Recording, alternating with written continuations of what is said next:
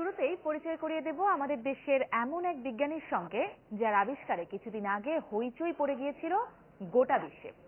সাধারণ বাঁশ দিয়ে অসাধারণ এক গবেষণা করেছেন তিনি। বাঁশ থেকে এমন এক তন্তু বানিয়েছেন যা আমাদের বাঁচিয়ে দিতে পারে ক্ষতিকর ব্যাকটেরিয়া ও সূর্যের অতিবেগুনি রশ্মির হাত থেকে। একই সঙ্গে কমে আসবে ত্বকের ক্যান্সারের ঝুঁকিও। আর সেই বিজ্ঞানী হলেন আমাদের গর্ব তারান্নুম আফরিন।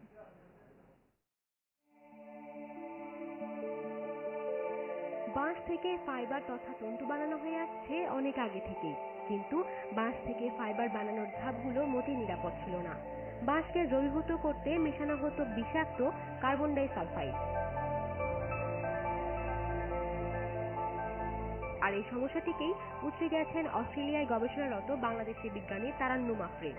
কার্বন ডাই সালফাইডের পরিবর্তে তিনি বাঁশকে প্রক্রিয়াজাত করতে ব্যবহার করেছেন পরিবেশ বান্ধব বায়ো এনজাইম, যা শরীরের জন্য মোটেই ক্ষতিকর নয়। উল্টো এই ফাইবারই পারে সূর্যের ক্ষতিকর অতিবেগুনি রশ্মির হাত থেকে শরীরকে বাঁচাতে। আইডিয়াটা যেটা ছিল যে কটনের দাম খুব বাড়ছে, এখন হু হু করে বাড়ছে। তারপর কটন হচ্ছে একটা খুব থার্স্টি একটা প্ল্যান্ট, আমরা বলি যে এটাতে অনেক পানির দরকার হয়। এই কটন ফিল্ডে যে পেস্টিসাইডস গুলো দেওয়া হয় সেখান থেকে হিউম্যান বডির জন্য, তারপরে গবাদি পশুর জন্য এটা খুব ক্ষতিকর। তো এই জন্য আমি চাচ্ছিলাম যে কটনের রিপ্লেসমেন্ট, যেহেতু কটন হচ্ছে সবচেয়ে পপুলার ন্যাচারাল ফাইবার, তো এটার রিপ্লেসমেন্ট কি হতে পারে। তারান্নুমের এই আবিষ্কার কতটা গুরুত্বপূর্ণ তাই বোঝা গেল তাকে নিয়ে বিদেশি গণমাধ্যমের তৈরি এসব প্রতিবেদন ও টিভি রিপোর্টে। আর এই গবেষণা শেষ করতে তার লেগেছে টানা 3.5 বছর।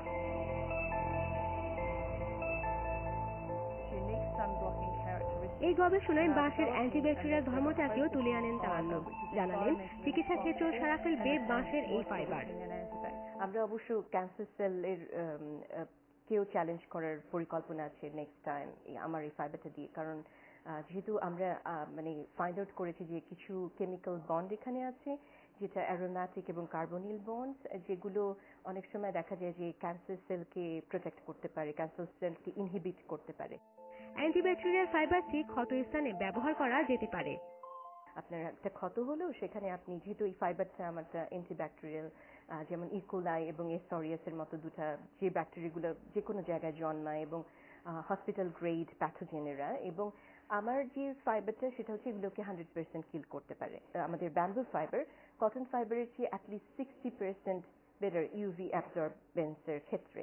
তো যখন এটা এত ভালো ইউভি অ্যাবজর্পশন করছে, তখন যেটা হবে যে আপনার স্কিনকে অনেকক্ষণ ধরে আপনি সূর্যের আলোতে থাকলেও আপনাকে এটাকে প্রোটেক্ট করতে পারবে।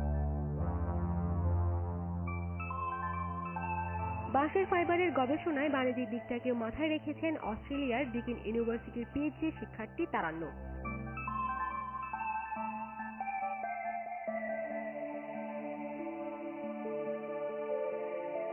বাঁশ দ্রুত বর্ধনশীল একটি ঘাস, এমনকি কিছু কিছু বাঁশ আছে যেগুলো এক রাতের ব্যবধানে 1 মিটার পর্যন্ত বড় হতে পারে।